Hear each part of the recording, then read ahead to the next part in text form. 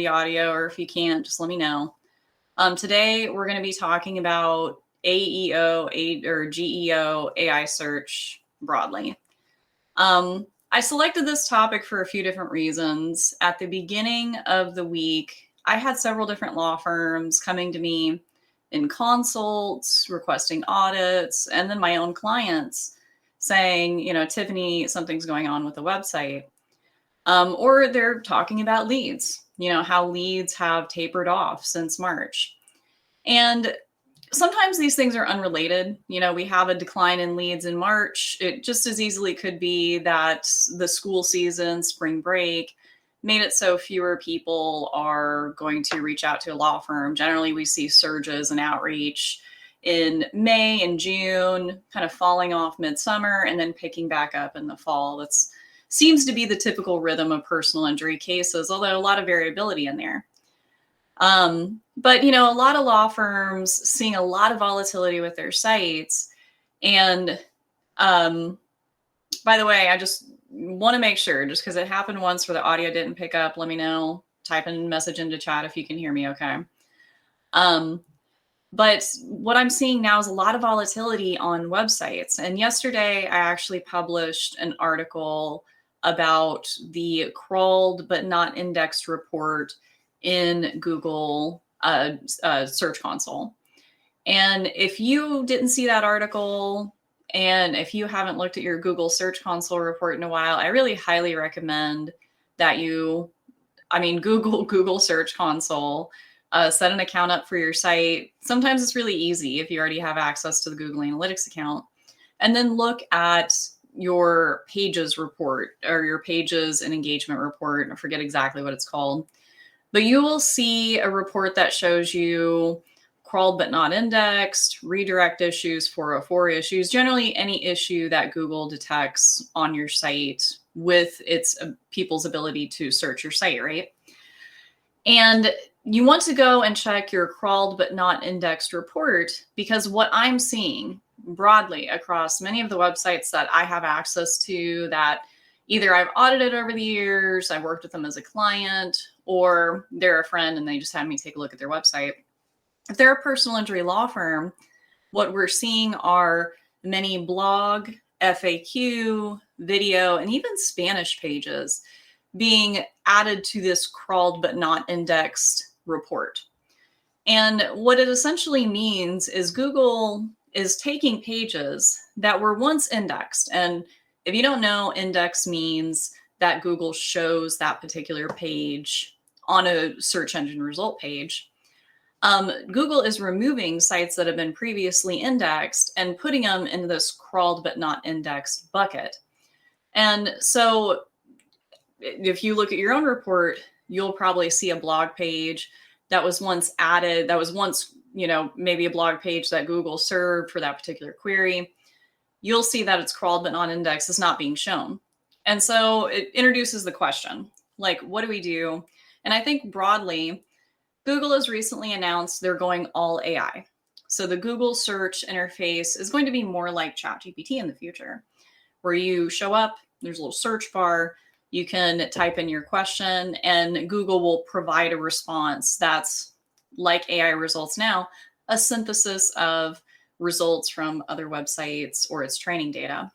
And so with that major change in Google search, and let's be honest, like Google has been and continues to be the dominant search engine for most people. Now, seeing some volatility there, we're seeing people leave Google and prefer things like DuckDuckGo, ChatGPT, or other search engines. I don't know what they are because I really only use Google myself. And we're seeing, people maybe kind of leave Google and use other tools, but by and large, I don't think we should expect a wave of people to suddenly reject Google. I think people will continue to use the tool that they've been using forever. And honestly, my life is pretty integrated with Google when I think about it, and maybe yours too. I have an Android device. I have a Google Workspace. I have a Gmail. I have a Google Photos account, Google Drive. All of these tools are under that larger Google umbrella. And it gives them a huge advantage because once you have people so embedded in using your service, it's difficult to leave it, which is what Google has created. It's honestly a genius business. So I don't think we should expect people to stop using Google in light of the changes being made. I think we ought to temper our expectations. And I'm sorry, the kids are home from summer break. Sweetie, what can I do for you? Can you tell me how far you're not letting your bird play on your tablet? Okay, go in there and tell your sister I'm in a meeting and you need to play on her tablet, okay? Okay. Yeah. So, fighting over tablets here at home. And I'm sure that tablet runs on Android, actually. No, it's an Apple tablet, just kidding. Anyway, so we have to be thinking, like, one, Google might be removing a lot of pages from your website from the search engine result page. And Google is converting to this kind of all AI format. And so what we ought to start talking about is what we've been doing for our websites and what we've been doing for SEO. And does it still serve us? Does this still serve our goals? That's a huge question right now. So actually, I keep glancing over here because in front of me, I have Google's optimizing your website for generative AI features on Google search article. I will share this link in the email that goes out whenever we finish up this video, and you can look at it yourself. I'm going to tell you what I read here, because in the world of SEO and digital marketing, there's a lot of snake oil, and sometimes it's snake oil and the person knows it's snake oil, and sometimes it's snake oil and it's just something we've been repeating over and over, that's generally been accepted as the truth, but may not be. And there's a lot of magical thinking in search engine optimization, far more than there needs to be, truthfully. So I like to go back to, any reasonable person should, the data. Like, what do the numbers tell us? And Google Search Console is telling us that Google doesn't like a lot of the pages that are on our site now anymore. They're taking them off search. And so they may not have value to us from a business perspective. Now, you could approach the problem as maybe those pages weren't good enough. How do we make them better and something that Google actually wants to see? And I have an answer for that. So we'll get into it here during the course of the call. So I guess the top part of this article is about, is SEO relevant for generative AI search? And the boring answer, at least according here to Google and what I think is true, because sometimes you can't really trust. Like, let me say this before I get into what's in this article and how we should take information from Google. Goodness, I'm just all sorts of distractions today. So you have to keep in mind that Google doesn't want their algorithm publicly known. Like, if everyone knew how to manipulate Google's algorithm, and by manipulate, I say like publish a website that is the algorithm likes and like hack, our way to the top of search. If everyone knew that, there'd be no point. It would just be businesses who were either good businesses with good marketing or more likely bad businesses with good marketing competing for the top position in search. Give me just a second, guys.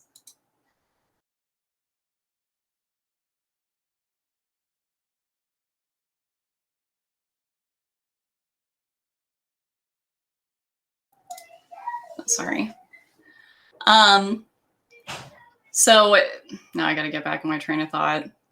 Live broadcasts are always so messy, and that's why I kind of hate them. So blah, blah, blah, blah, blah. Google is not going to reveal to us exactly the secrets of how they program their algorithm. And so we treat these documents that Google is giving us as the truth, at least as they want us to know it, or at least part of the truth. And I don't think Google is going to intentionally mislead us. If Google is telling us definitively yes or definitively no, I'm going to say that's probably accurate, even though they have quite literally said untruths in the past. But anyway, that's another whole nother video. So is SEO still relevant to AEO, AGO? Yes. But I also think that people have different ideas of what good SEO looks like. And so we have to step back and it's like, what is good search engine optimization? And I think a lot of people still think good SEO is publish an article every week, get more backlinks, write long articles. We don't want quote unquote thin content. And schema markup, maybe, is on that list. If you're on LinkedIn a lot and hear a lot of the discourse about AI search, you're going to probably think of all those things. But SEO is actually a much bigger discipline and practice than just those things, just what most SEO companies have provided for their clients. And really, to do true search engine optimization, the search engine team has to be an integrated part of the law firm or the business itself. Because a lot of what SEO does, it trickles down from marketing to operations. Google is even recording our phone calls. If you're doing local service ads, they are definitely doing this. They're recording your phone calls and evaluating the real people who answer your phones and if people get a good experience. And what I see with local service ads over and over is that the law firm who has their intake team locked down, they have people answering the phones immediately, calling back immediately, following up with leads. They get better results from local service ads than the law firms who are, turning it on, letting calls go to an answering service or a receptionist who has half the duties of the law firm, on her plate, or just plain somebody who doesn't care. Usually it's the most junior employee at the firm who's answering the phones. And it's no surprise when they don't deliver on the good experience that they should be providing, potential clients. So, true SEO is much bigger than just content and backlinks. I'm so over content and backlinks. And maybe that's why I'm so enthused about how SEO is changing, because it got to be a thing where it wasn't really marketing, right? We were just writing, how many variations of this city page can we create? And we weren't even looking at the substance of the content, just is it long enough? Does it have enough backlinks?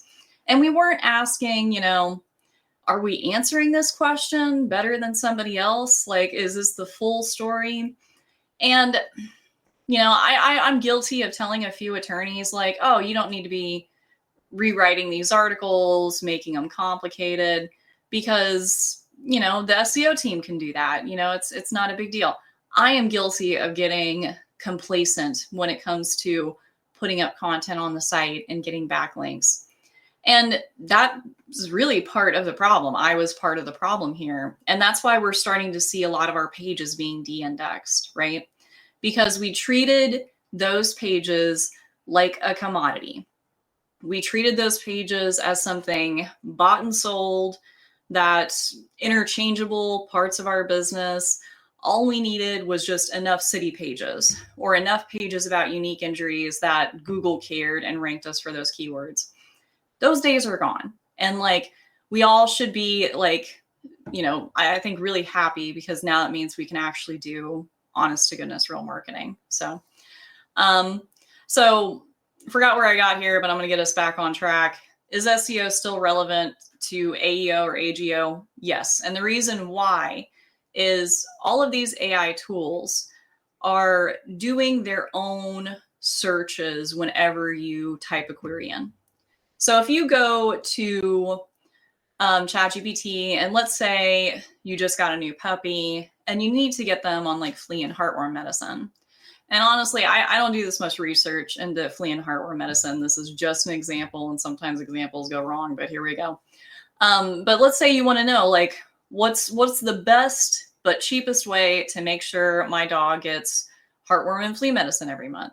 What brands? Do I get the combined dose? Do I get the separate dose? you go to ChatGPT with that question. ChatGPT is going to, on the back end, do its own version of a Google search. And it's called RAG. And I got it here in front of me. And it sounds sophisticated, and it is sophisticated, but that's essentially what they're doing. ChatGPT is processing multiple different queries within Google and getting back information. And it specifically does this for like items or products. That's where it's really important that we have those citations back to our site, because without those citations, like, we have no way to verify the information, but blah, blah, blah, blah. And they also do a query fan out, a set of concurrent related queries generated by the model to request more information. So bottom line, if you do a query about, how to get cheap, effective heartworm and flea medicine for my new puppy, the AI agent is not just going to take what you typed into ChatGPT, copy and paste it into Google and do a search. That's not how it's going to do it. It's going to break down your question into multiple variants of the same question and go to Google, process all of those queries, and then come back to start to build a response to the prompt. And so it's essentially performing its own versions of Google search. And so in theory, if your website ranks well for heartworm medicine for dogs and has been determined by Google to be authoritative, and that's a huge piece of this puzzle right now, then your website will be at the type of Google search results for related queries about heartworm and flea medicine for dogs. And then that means it's more likely to be cited and referenced by the AI search. So yes, like, SEO is still relevant in this whole conversation, and we should still be doing SEO, but Google has also changed what it considers to be good content. And like, this is where we all need to be thinking like economists. Yeah, I think I said that right. Anyway, we all need to be thinking about the economics of this whole thing, because it's called commodity content for a reason, because it's cheap. So Google has basically said, we want non-commodity content. I also published another Substack article about this very thing. And if you go to Google's writing SEO guidelines for business owners, their bulleted list of guidance about how to make content basically says, be unique and original in 100 different ways. Nowhere in there does it say, make sure you're writing unique pages for all those cities in your region that you want to serve. It is saying your content needs to be unique. And that is a high bar. And that is not easy to do with ChatGPT, frankly, because once it became easy for websites, social media influencers, everyone else who relied on content creation, once it became easier to create content, the whole business of making money by writing content didn't just go away. It just became harder. And so the content creators on social media who are competing with these AI bots, one, they're calling out AI bots left and right. And two, they're getting more creative and also getting less polished, because AI videos tend to be hyper polished appearances and things like that. And so there are still people out there making money on TikTok and Instagram. And they're just now competing with the hordes of AI content creators who, do well for a little while, but then seem to taper off. I found one on LinkedIn like 2 weeks ago. Still wonder what their end game was. And so, the economics of this is when something becomes more accessible, when there's more supply of generic content, people look for other types of content, basically. My analogy isn't fully fleshed out, but they look for more. This is readily accessible, cheap. Anyone can do it. It becomes less valuable. Now everyone is like, what's the next thing? And so writing a 1,500 word blog practice area page, whatever, that says nothing unique, says nothing original, Google says that's not valuable anymore. And so I think we've gotten into our heads a little bit, and that's where the magical thinking of SEO comes into play, into thinking ourselves like, we can write the content, we'll write good content. We just have to like trick Google into thinking our content is better than somebody else's website. If we schema markup this right, if we like structure our website right, if we do enough in links and out links, all of a sudden our article will be popular because Google recognizes it as good. And okay, that's fine. Site speed, schema markup, site structure, all of those things are important, but it's ignoring probably the biggest part of this, which is we want real people with money, with injuries, to read our page and say, geez, that's the law firm for me. And, they're not going to do that if your page is the same as somebody else's page. And expecting otherwise is unbelievable. I mean, honestly, and never forget that. That's who we're actually selling to. We're not trying to convince Google our website's better. We're not trying to convince ChatGPT our website's better. We're trying to convince people who read our content and decide if it's good enough. And so we need to stop, pretending that, the content part isn't important. It's actually very important. And it's making me look at this whole SEO piece in a whole other way. And so this type of content is non-commodity content. Non-commodity content. And non-commodity content, actually, I have a list of at least the content types that we're trying to work on and develop. I gotta pull my list up. Pregnant pause, but it's worth it. So, case results and case recaps. I have been up my clients' butts since I've started working with them. Like, pick a client. Ever since I started working with them, like, hey, you got any case results yet? And there are a few who are really good at getting me that information. And actually, we have a system set up with one law firm. The way they do their intake, notes are stored in lead docket. When the intake is complete, the case assigned, that client is sent to, I think, Case Peer now, but we're planning on switching. They work on the client and Case Peer. What's always hard is when the case closes. I usually don't know that. Like I'm actually rarely know when a law firm closes a case. And it's only when the attorney tells me.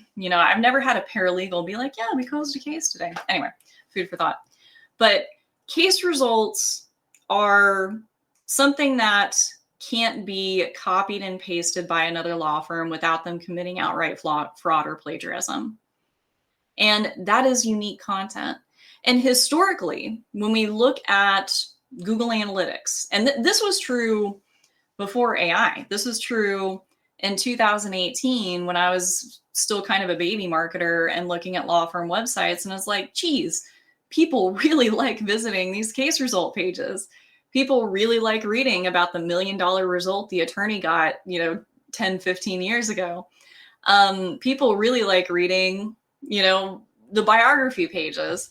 People already were drawn to that content that was unique and inherently unique to the law firm.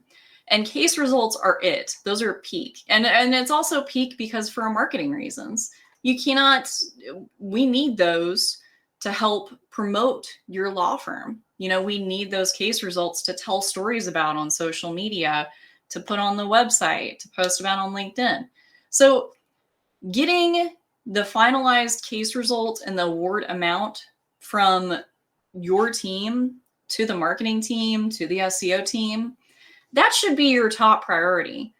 I'm getting a little jaded. I'm almost at the point where, I don't want you to ask me about how many legal directories we got until you get me a case result. Come on, guys. But that kind of content should be easy to make. You should have a process for getting it, and it's non-commodity content. It's exactly the kind of stuff Google wants. I'm going to rattle off some of these just so you guys have them. client testimonials. If you're brave, you have at least one extrovert on your team, you should be inviting clients whose cases have settled into the office, sitting them up in front of a phone with a tripod and saying, well, I mean, ask them first, but tell us a little bit about your experience. And what most people are surprised to learn is people like to tell their stories. People like to tell their stories, even if it's a story you yourself wouldn't tell about yourself. I get that pushback from I don't really work with many criminal defense attorneys, but I get that pushback from them. It's yeah, who wants to leave a review for, a criminal defense firm? And it's you would be surprised. If you doubt that criminal defense attorneys can get reviews, just Google criminal defense attorneys near me, and you will see the law firms that have 300, 400, 500 criminal defense reviews. It's definitely doable. Case studies. Now, this is where things start to get more complicated and where you do need either an SEO team, an external vendor, or an in-house person handling and running this. Because there are a million ways that you can do, maybe not a million. There's probably a solid 50 ways that you could create a case study on a niche topic that's relevant to your practice area or your location. And you could even make it from your own data. Now, I've told people this is hey, why don't you try to publish a case study? We can do a case study about dog bites. We can do a press release about it. We could make some videos about it. And we could actually do a little bit of research into dog bite statistics in this community. And, there's some criteria to making it good. It has to be newsworthy, is what I tell people. And that's kind of a vague pin, but it definitely has to be something new, again, unique, something that hasn't been written before. And that's something we can meaningfully add information to the conversation. And even if it's a topic that's been talked about before, you can still write about it, but you do have to have a unique take or more information or elaborate on something that's, going to enhance the case study. Think about what kind of case studies, if you're into that, reading those would be interesting for you to read. And don't just make this I could see this kind of project quickly becoming let's just have ChatGPT write us 500 case studies, blah, blah, blah. Yeah, okay. You're out of your mind if you don't think that's already been tried by 500 AI vibe coders who have set up and then demolished 1,000 billion websites using AI content. AI content ain't it. All right, it ain't it. Stop trying to make it a thing. You can try, I say all that, I poo-poo it, and I'm you can try. You can try. Nobody has to take my word on that. You can test it. You can test the AI content and see how it performs in the wild. I have. It sucks. But I digress. Don't take the lazy route here. You have to start putting effort into your content. And the good news is that this isn't going to be something that you have to publish once a week. Once a month is fine.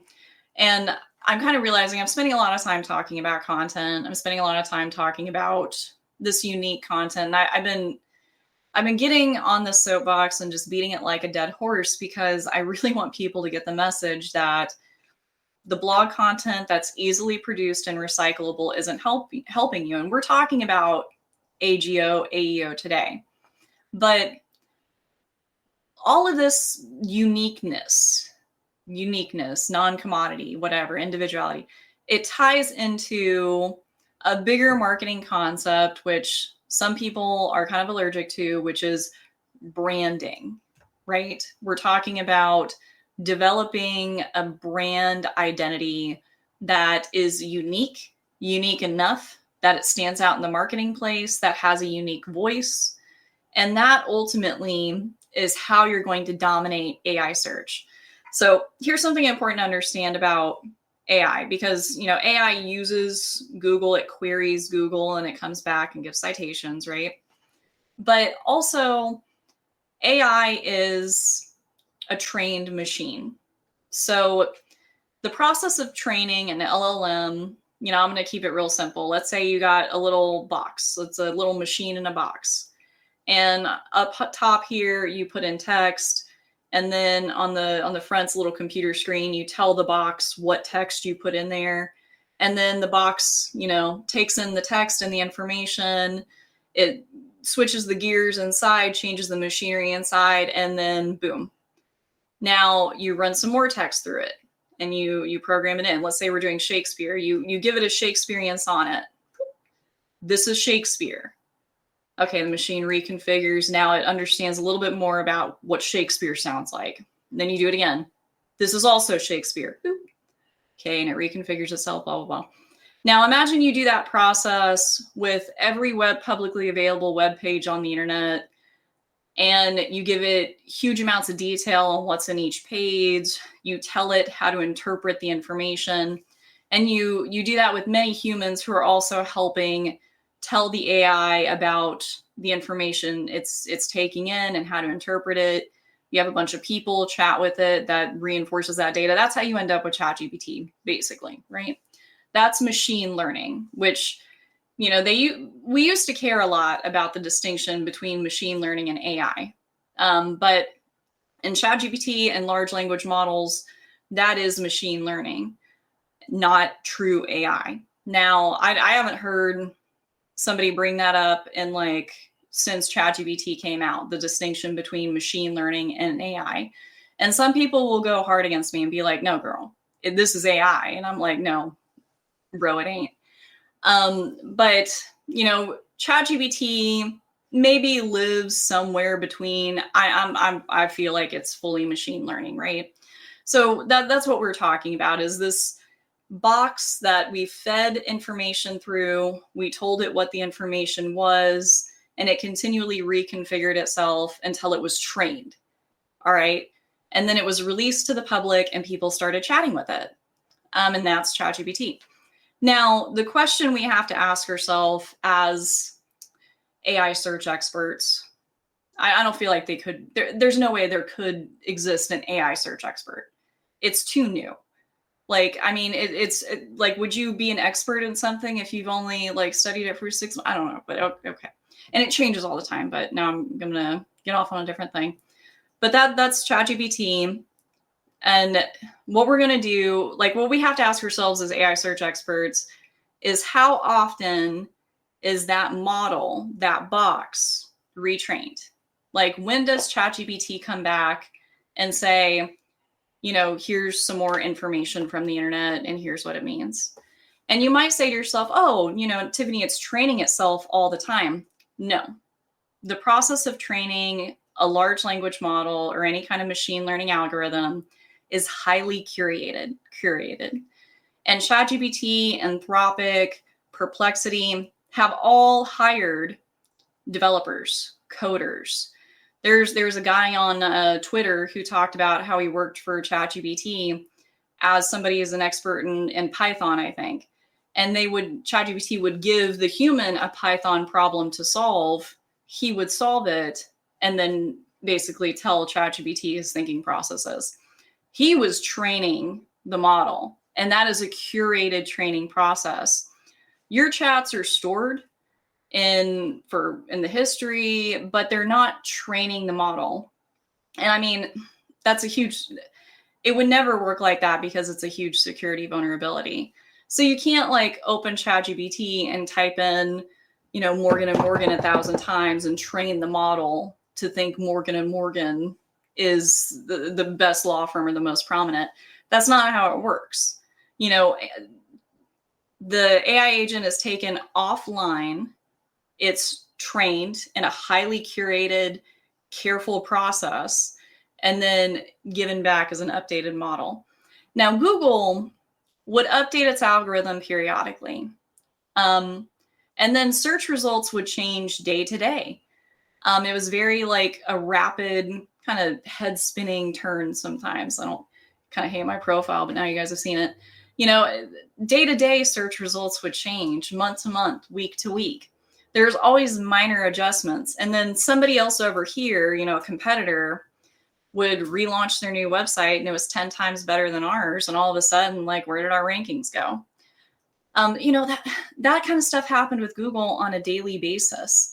But, ChatGPT, if we're to take each new release of the model, like I think we're on 3 or 4, maybe 5, like it's only updated it 5 times. It's only retrained it 5 times.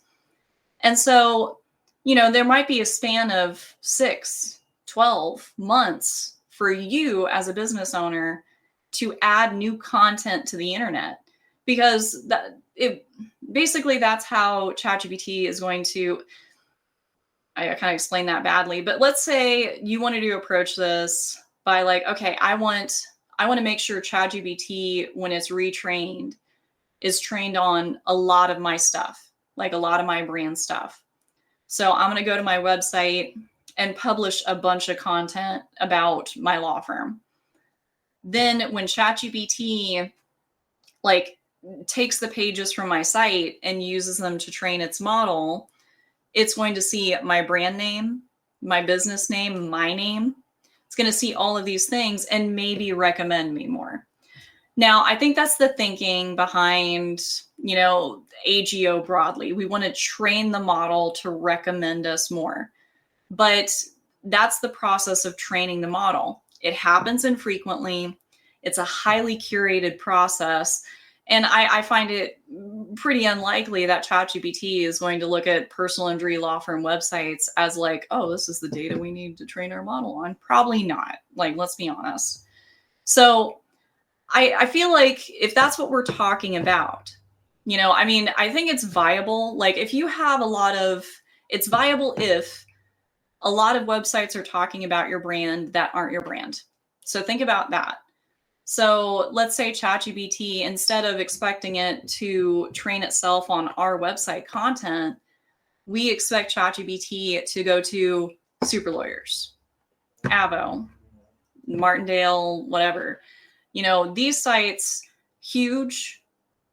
Google already considers them authoritative, and they're going to believe those are a more trustworthy reference for a law firm than your website specifically. And so it's important to keep that in mind.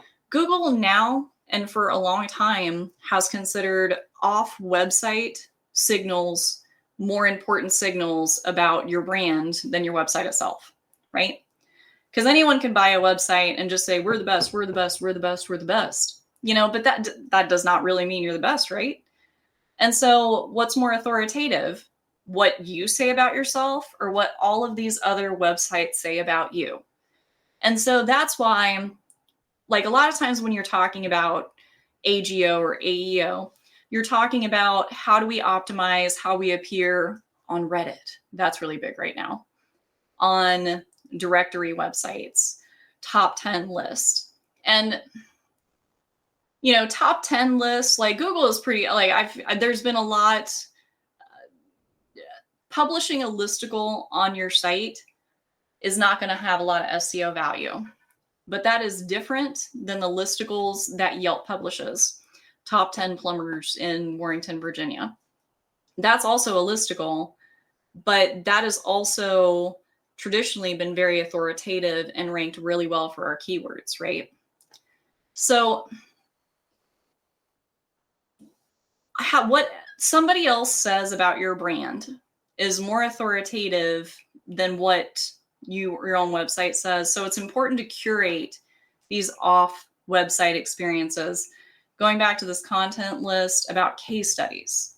That's why digital PR and case studies were and still remain a big thing. The difficulty is getting external websites to pick them up and talk about them.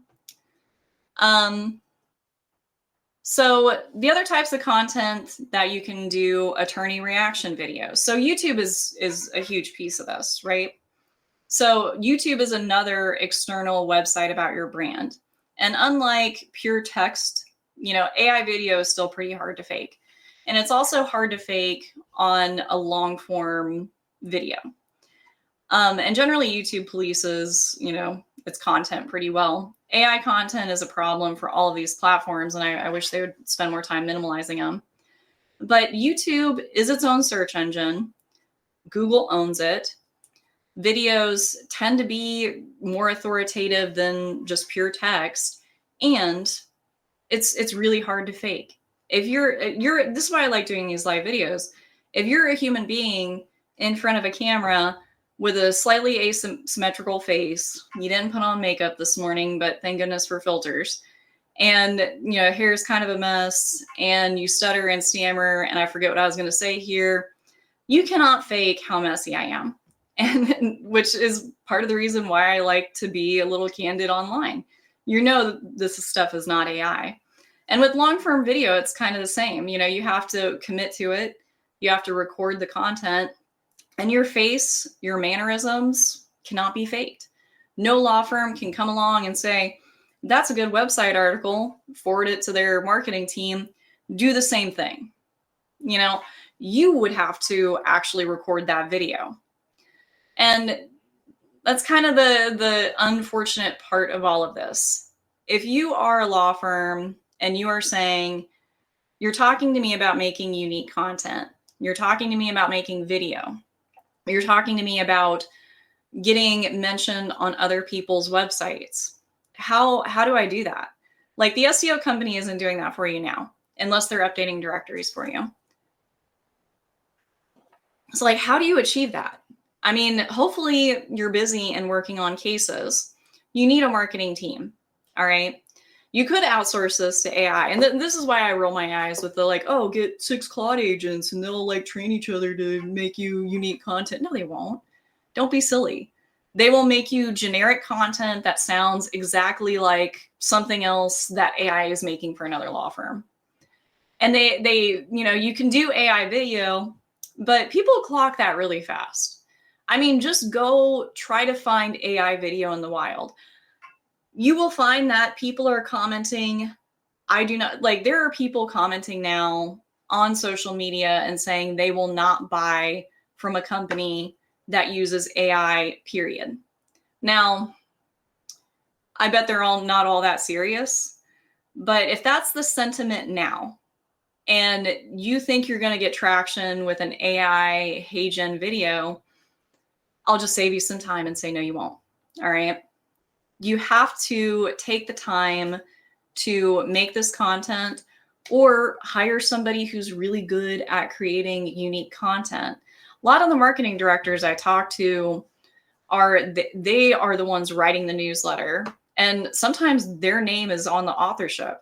They're getting referred cases in a way, but the attorney is just like, oh, they just handle the newsletter.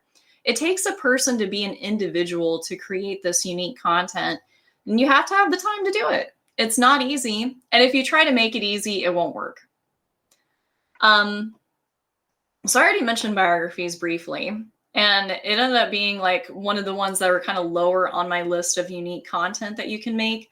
But I'm going to close up the live stream soon. So I'm going to leave you with a few of these that should be easy for you to do. So you're just not how do I make unique stuff? Biographies of the attorneys and staff. Look at your biography on your website. 1, are you happy with it? And if not, that's a good reason to change it. 2, it probably is dated.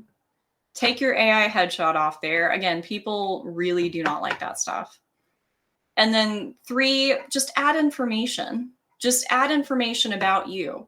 Pay careful attention to the opening paragraph and telling your story. You're not trying to impress, a new boss. You're not trying to put your resume on your bio. Talk about who you are. And people really connect with that. People want to feel like they know their attorney. There are some people who just really like the idea, I got an attorney. I was at a friends gathering, I think a few years ago, and some guy was there who got in a DUI. I'm just going to tell you, it's not a close friend of mine. And he goes back to the same DUI attorney to get his DUIs cleared. And at that party, I swear probably 3 or 4 times, somebody asked something. He was like, I know an attorney, this guy was his best friend. But I knew for a fact, I didn't know who the attorney was, and I barely knew that guy, but I bet you him and the attorney weren't all that close. but that attorney was good enough at marketing that that man connected with him and basically considered him a dear friend. And hopefully he's not like calling him or sending him a bunch of unwanted emails and acting like a stalker. But think about that. People want to connect with others. You know, loneliness is an epidemic online and right now. Apparently, I got 17 chickens and like too many dogs and kids. So I don't want the opposite of that right now, but live some time alone. But loneliness is an epidemic. And people want to connect with others. You know, they really want to feel like they know a guy, you know, and they want to know an attorney. And it could be you if you like connect with them through your biography, make sure that their case is handled well, they get a lot of communication, and make sure, you know, they hear from you like more than like once a year, you know, through simple trinkets, cards. You have no idea how big of an impression those things make.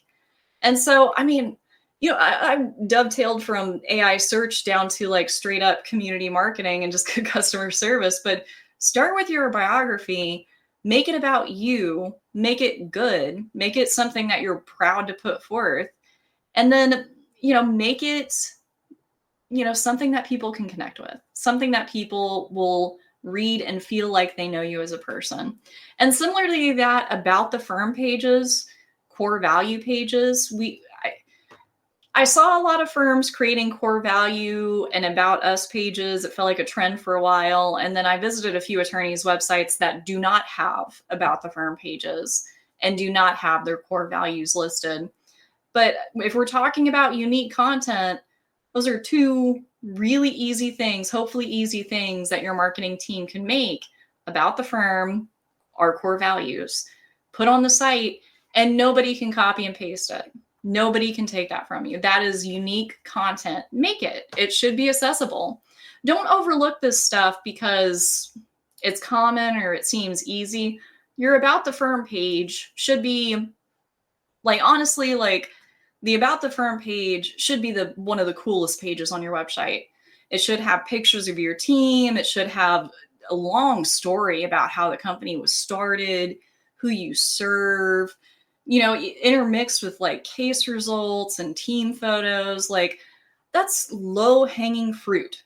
You know, go look at your about the firm page and update it and just make your firm sound awesome. And like that's that, again, people can't copy and paste that. And Google will crawl that and probably index it because this is a page about the brand that has a ton of information that's going to be relevant when somebody says, you know, hey, ChatGPT, what's a law firm that really takes care of its staff? It's going to know that you have that about the firm page with 6 videos of holiday parties and happy team members. And it's going to say, well, blah, blah, blah, you know, so-and-so law firm has a, you know, a page about how well it takes care of its team or about the firm page. I don't know. Like it's going to make that calculation. It's going to make that connection because I know there are a bunch of firms that have 0 on those pages, absolutely nothing. And so that's low hanging fruit. And I mean, don't worry about like your Google business description's important.